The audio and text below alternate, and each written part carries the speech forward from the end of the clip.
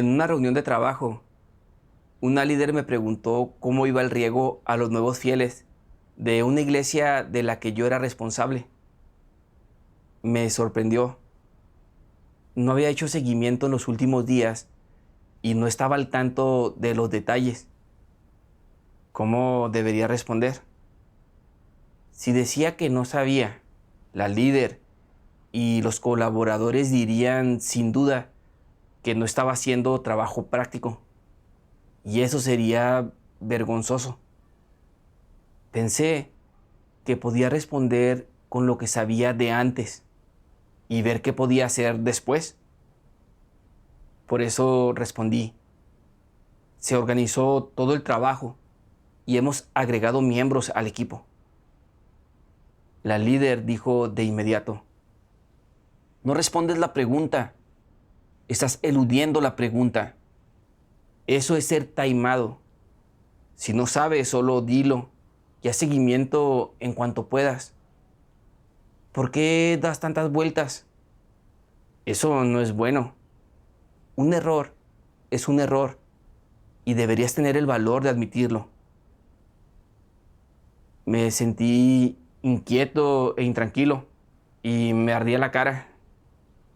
Sucedió lo que temía que sucediera. Sentí que había perdido por completo mi reputación, que todos habían visto la verdad. Sabía que lo que la líder decía era verdad, pero no podía someterme de corazón. Sentí que ella no tenía que decir tanto al respecto. ¿No alcanzaría con que me encargara de eso en cuanto pudiera? ¿Por qué tuvo que podarme y tratar conmigo frente a toda esa gente? Estaba muy molesto, por lo que oré en silencio. Dios, siento resistencia a lo que pasó hoy y no puedo someterme.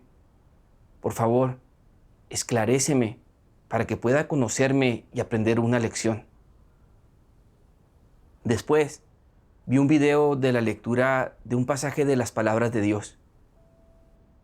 Dios Todopoderoso dice: veamos primero qué tipo de preguntas le formula Jehová Dios a Satanás.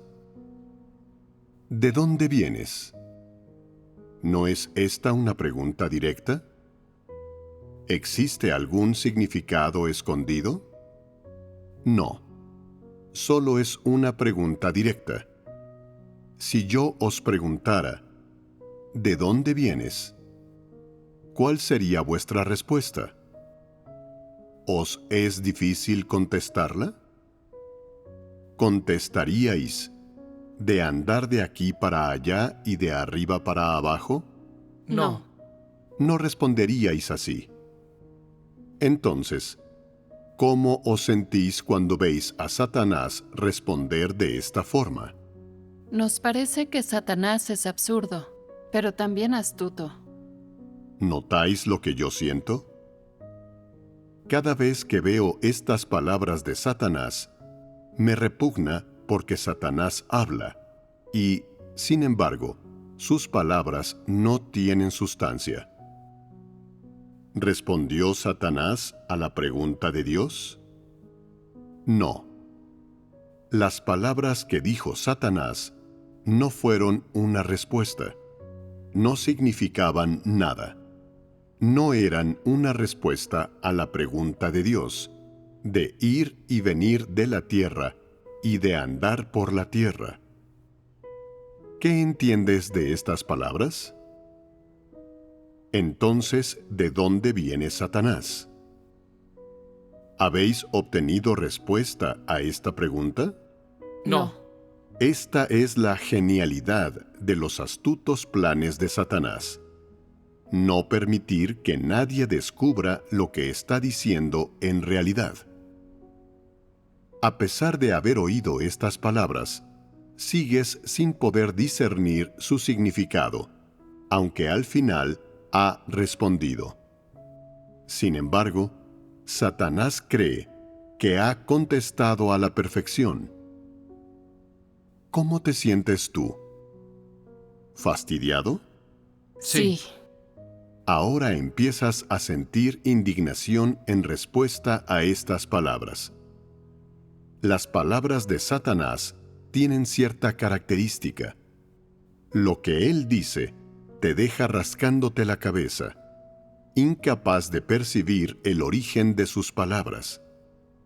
Algunas veces, Satanás tiene motivaciones y habla en forma deliberada, y otras veces, regido por su naturaleza, tales palabras emergen de manera espontánea y salen directamente de la boca de Satanás. Él no dedica mucho tiempo a sopesar esas palabras. En cambio, se expresan sin pensar. Cuando Dios preguntó de dónde venía, Satanás respondió con unas pocas palabras ambiguas. Te sientes muy desconcertado sin nunca saber exactamente de dónde viene Satanás. ¿Hay alguno entre vosotros que hable así? ¿Qué clase de forma de hablar es esta? Es ambigua y no proporciona una respuesta definitiva. ¿Qué tipo de palabras deberíamos usar para describir este modo de hablar? Tiene el propósito de despistar y confundir. ¿No es así? Supón que alguien no quiere que otros sepan qué hizo ayer. Le preguntas: «Te vi ayer. ¿A dónde ibas?». No te dice directamente a dónde fue. En su lugar contesta: «Vaya día fue ayer. Fue agotador». ¿Ha contestado tu pregunta? Lo ha hecho, pero no te ha dado la respuesta que tú querías. Es la genialidad en el artificio del lenguaje del hombre. Nunca puedes descubrir lo que quiere decir ni percibir el origen o la intención de sus palabras. No conoces lo que él está intentando evitar, porque en su corazón él conserva su propia historia. Esto es insidia. Gracias a lo que revelan las palabras de Dios, vi que todas las palabras y acciones de Satanás tienen motivos y engaños para encubrir sus intenciones vergonzosas. Habla en círculos para que la gente no pueda entenderlo. En verdad es insidioso y taimado. Satanás responde las preguntas de Dios con respuestas ambiguas y engañosas. Eso desagrada a Dios. En cuanto a mí, estaba claro que yo no sabía cómo iba el riego de los nuevos fieles, pero no era sincero. Di una respuesta vaga para confundir a la líder. Respondí sin dejar que la líder viera la verdad, para proteger mi reputación y estatus, y para que la líder no supiera que yo no estaba haciendo trabajo práctico, y para que los hermanos y hermanas no me despreciaran. Desvergonzadamente dije algo para esconder los hechos, para confundirlos y engañarlos. Estaba mostrando un carácter satánico. Al hacer memoria, vi que solía ser así con los hermanos y hermanas.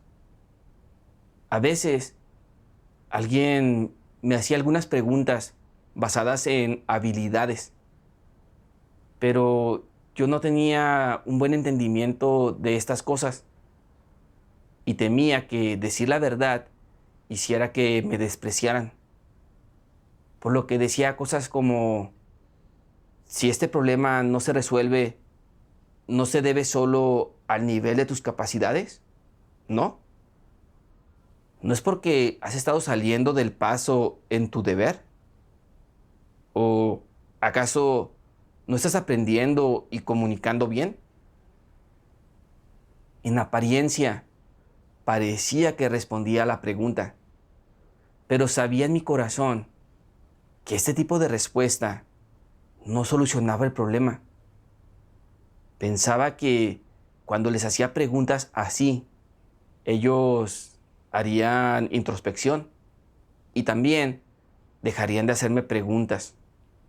Así mis defectos no quedarían expuestos.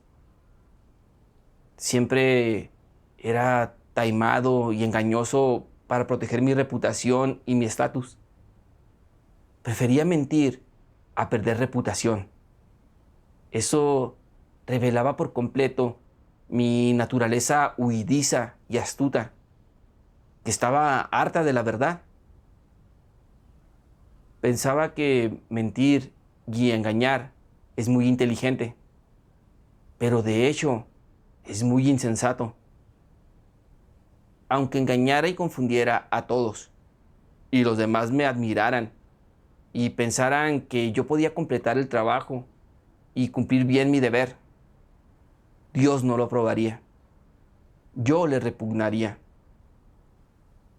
¿De qué serviría entonces la aprobación de esta gente?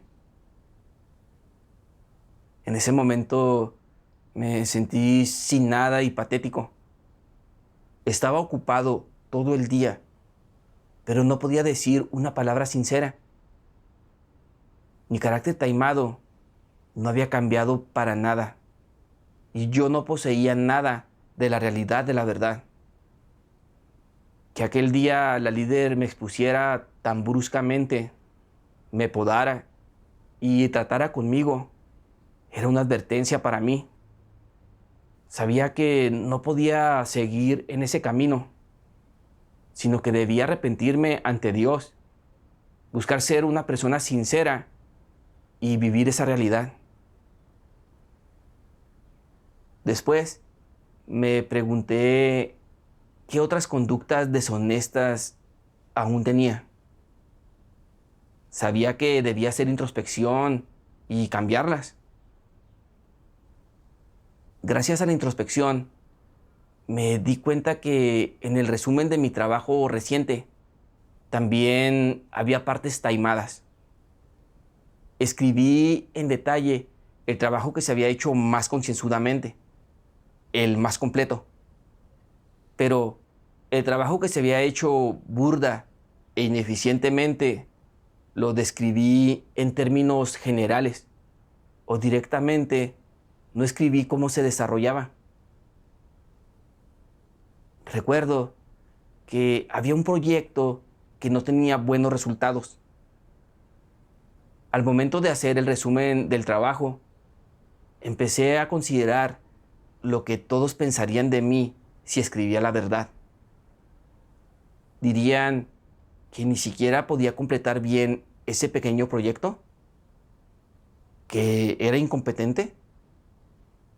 Sopesé las ventajas y desventajas y decidí no escribir sobre el progreso de ese proyecto para que nadie lo supiera. Y tal vez pensarían que estaba muy ocupado y que me había olvidado de él. Tramaba, era falso y astuto una y otra vez. Qué artero era. En mis años de fe, aunque había cumplido muchos deberes y podía soportar las adversidades y pagar un precio, no me esforzaba por practicar la verdad. Solo pensaba en cómo proteger mi reputación y estatus, por lo que aún no hablaba ni actuaba ni remotamente como una persona sincera. No tenía el coraje para ser simple y sincero. Era patético.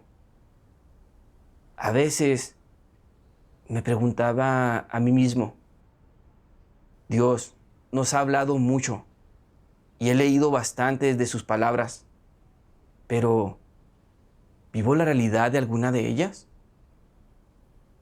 Ni siquiera podía escribir un resumen de trabajo preciso. ¿Qué ganaría así al final?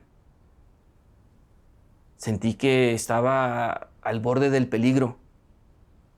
Si no me arrepentía y buscaba un cambio en mi carácter, en algún momento Dios me descartaría. Oré en mi corazón: Dios, estoy muy profundamente corrompido. Miento y engaño constantemente para proteger mi reputación y estatus. Por favor, esclaréceme para que de verdad me conozca. Después, vi un video de la lectura de un pasaje de las palabras de Dios. Dios Todopoderoso dice: ya seáis líderes u obreros, ¿tenéis miedo de que la casa de Dios cuestione y supervise vuestro trabajo? ¿Teméis que la casa de Dios descubra lagunas y errores en vuestro trabajo y se encargue de vosotros? ¿Teméis que después de que lo alto conozca vuestro verdadero calibre y estatura, os vea de manera diferente y no os considere para la promoción? Si tienes estos temores, eso demuestra que tus motivaciones no son en aras de la obra de la Iglesia. Estás trabajando en aras del estatus y el prestigio, lo que demuestra que tienes el carácter de un anticristo. Si tienes el carácter de un anticristo, eres susceptible de recorrer la senda de los anticristos y cometer todo el mal que éstos causan.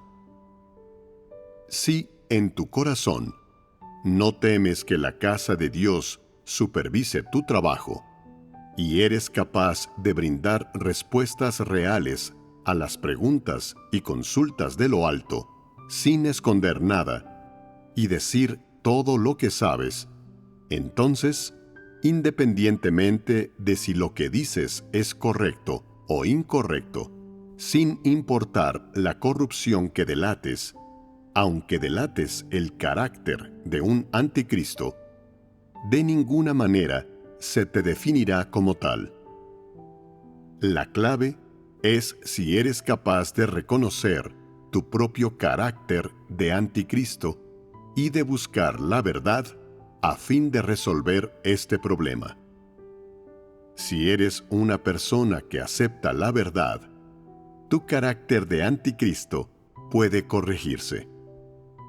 Si sabes perfectamente bien que tienes el carácter de un anticristo y, sin embargo, no buscas la verdad para resolverlo, si incluso intentas ocultar o mentir acerca de los problemas que ocurren y trasladas la responsabilidad, y si no aceptas la verdad cuando se te somete a la poda y el trato, entonces este es un problema grave y no eres distinto a un anticristo.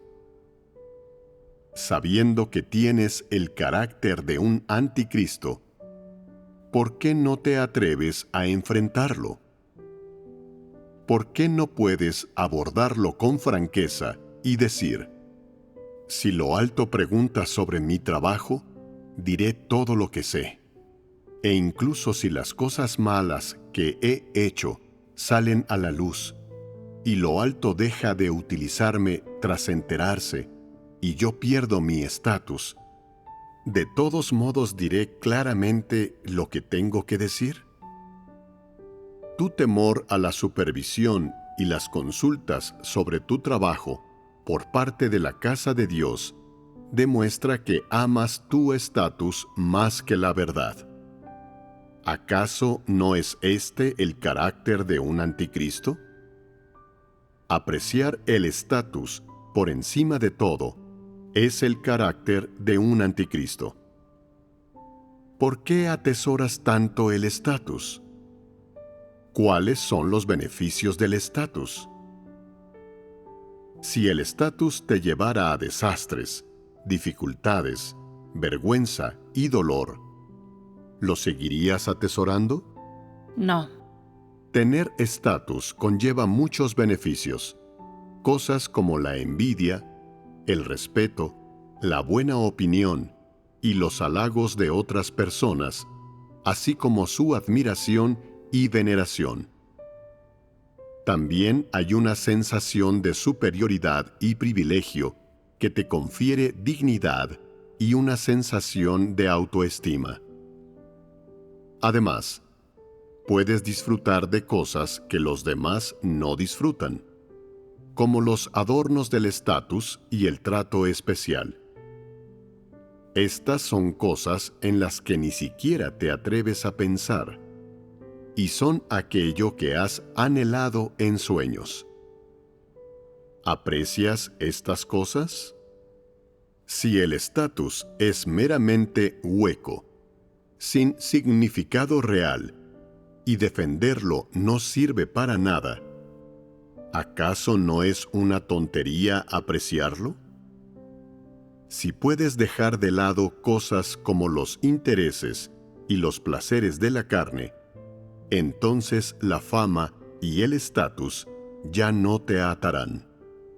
Por tanto, ¿qué es necesario resolver antes que los problemas relacionados con el aprecio y la búsqueda de estatus?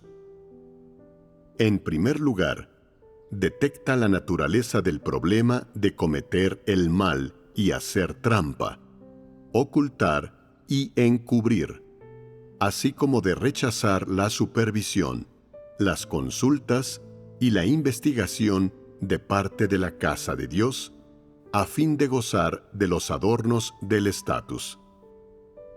Fíjate en si se trata de resistencia y oposición descaradas contra Dios. Si puedes detectar la naturaleza y las consecuencias de codiciar los adornos del estatus, el problema de perseguirlo se resolverá. Y sin la capacidad de detectar la esencia de codiciar los adornos del estatus, este problema jamás se resolverá.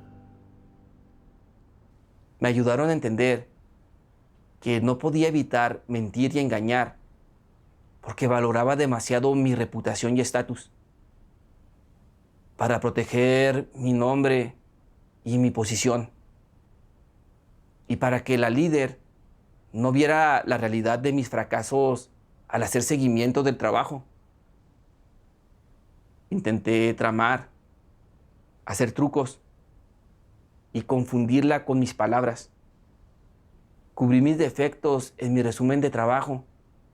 Solo escribía lo bueno, no lo malo, para que los demás pensaran que era un líder que hacía trabajo práctico. Temía que vieran mi verdadero rostro y que ya no me admiraran. Entonces, ya no podría disfrutar de la sensación de superioridad que aportaba ese estatus. Cuando vi las palabras de Dios, apreciar el estatus por encima de todo es el carácter de un anticristo. Por fin entendí que este era un problema grave. Pensé en esos anticristos que son expulsados. Siempre buscan nombre y estatus en su deber y hacen trucos y son astutos tras bambalinas. Eso altera gravemente la obra de la iglesia, por lo que son expuestos y expulsados. También hay falsos líderes que disfrutan los beneficios del estatus. Siempre son astutos en su deber y encubren la verdad cuando no hacen trabajo real, lo que retrasa la labor de la iglesia. Me acuerdo de una hermana que estaba a cargo del trabajo de evangelización. En esa época también hacía otro trabajo, pero era escurridiza y astuta en ambos puestos. En el trabajo de evangelio decía que estaba ocupada en su otro trabajo y en el otro que estaba ocupada con el trabajo de evangelio. De hecho, no hacía su trabajo en ningún lado y terminó siendo expuesta y descartada. Las lecciones de los fracasos ajenos, ¿acaso no eran una advertencia para mí? Jugar juegos y ser astuto por preservar mi nombre y estatus solo era engañarme a mí y a otros. ¿Acaso no era ser insensato? Dios lo ve todo. Y a Él le gusta la gente honesta. Solo la gente honesta puede afianzarse en la casa de Dios. Y la gente taimada será expuesta y descartada tarde o temprano. En mi fe, yo no buscaba ser una persona honesta, sino que fingía y daba una falsa impresión. Y aunque engañaba a algunos, no podía escapar al escrutinio de Dios. ¿Acaso Dios no haría que me expusieran y descartaran?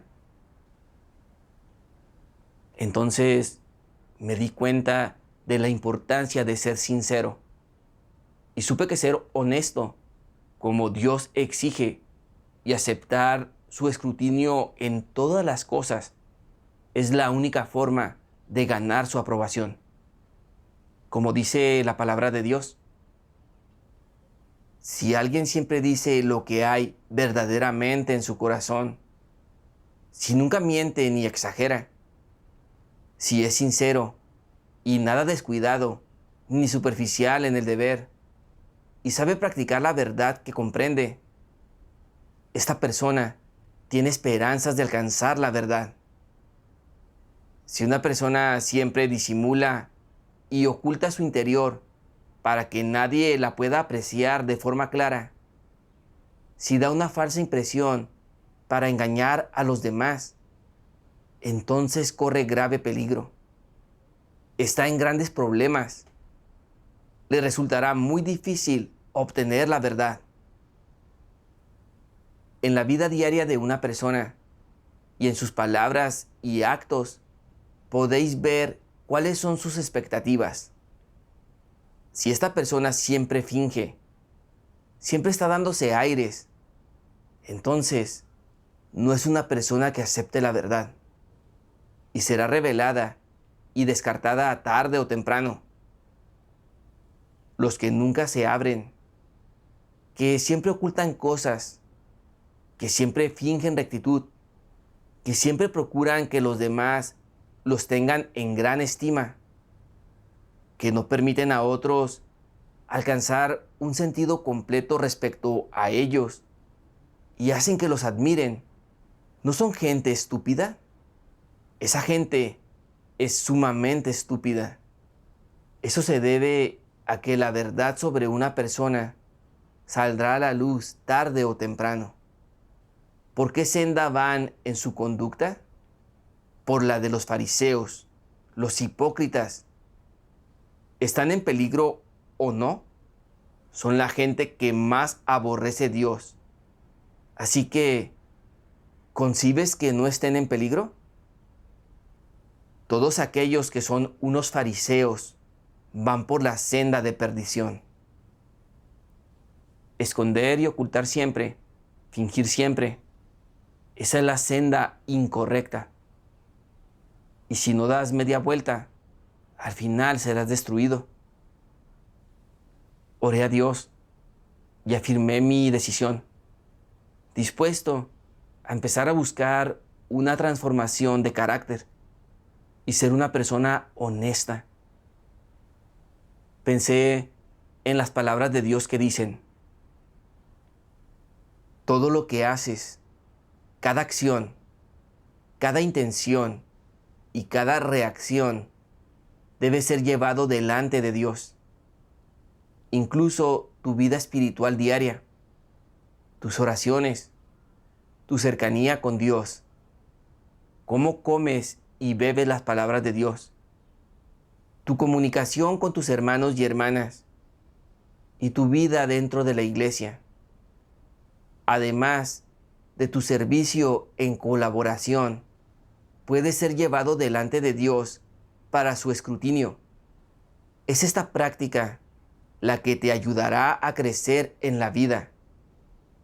El proceso de aceptar el escrutinio de Dios es el proceso de la purificación. Cuanto más puedas aceptar el escrutinio de Dios, más eres purificado y más estás de acuerdo con la voluntad de Dios. De modo que no serás atraído hacia el libertinaje y tu corazón vivirá en su presencia. Cuanto más aceptes su escrutinio, mayor es la humillación de Satanás y tu capacidad de abandonar la carne. Así pues, la aceptación del escrutinio de Dios es una senda de práctica que las personas deben seguir. Al reflexionar sobre las palabras de Dios, gané una senda de práctica: aceptar el escrutinio de Dios. Si aceptamos el escrutinio de Dios, nuestras motivaciones e ideas escurridizas y astutas pueden ser corregidas con facilidad. Solo así puede ser cada vez más puro y sincero nuestro corazón.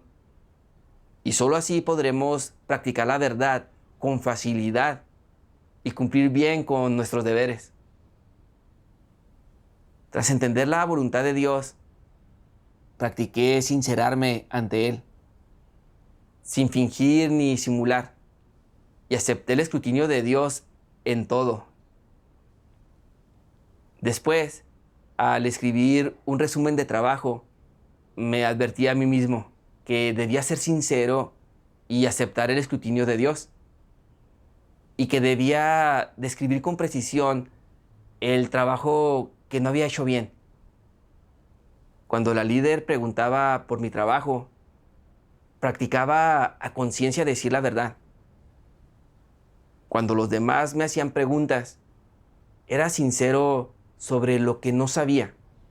Si sabía, decía que sí sabía. Y si no, decía que no. Tras poner esto en práctica, me sentí mucho más tranquilo. Experimenté que aceptar el escrutinio de Dios conscientemente es una senda para entrar en la realidad de la verdad y descartar la corrupción. Si no hubiera sido podado y tratado, no habría analizado con seriedad mi propio carácter corrupto y no habría buscado la verdad para entrar en la realidad. Sin importar cuántos años llevara como creyente, cuántos deberes cumpliera o cuánto sufriera, mi carácter corrupto nunca habría cambiado ni un poco. No habría podido ser salvado aunque me aferrara a mi creencia hasta el final, y habría estado destinado a ser descartado por Dios. Ser podado y tratado en ese momento me mostró la importancia de ser sincero, y gané algo de entendimiento sobre mi carácter satánico, escurridizo y taimado. Fue el amor y la salvación de Dios.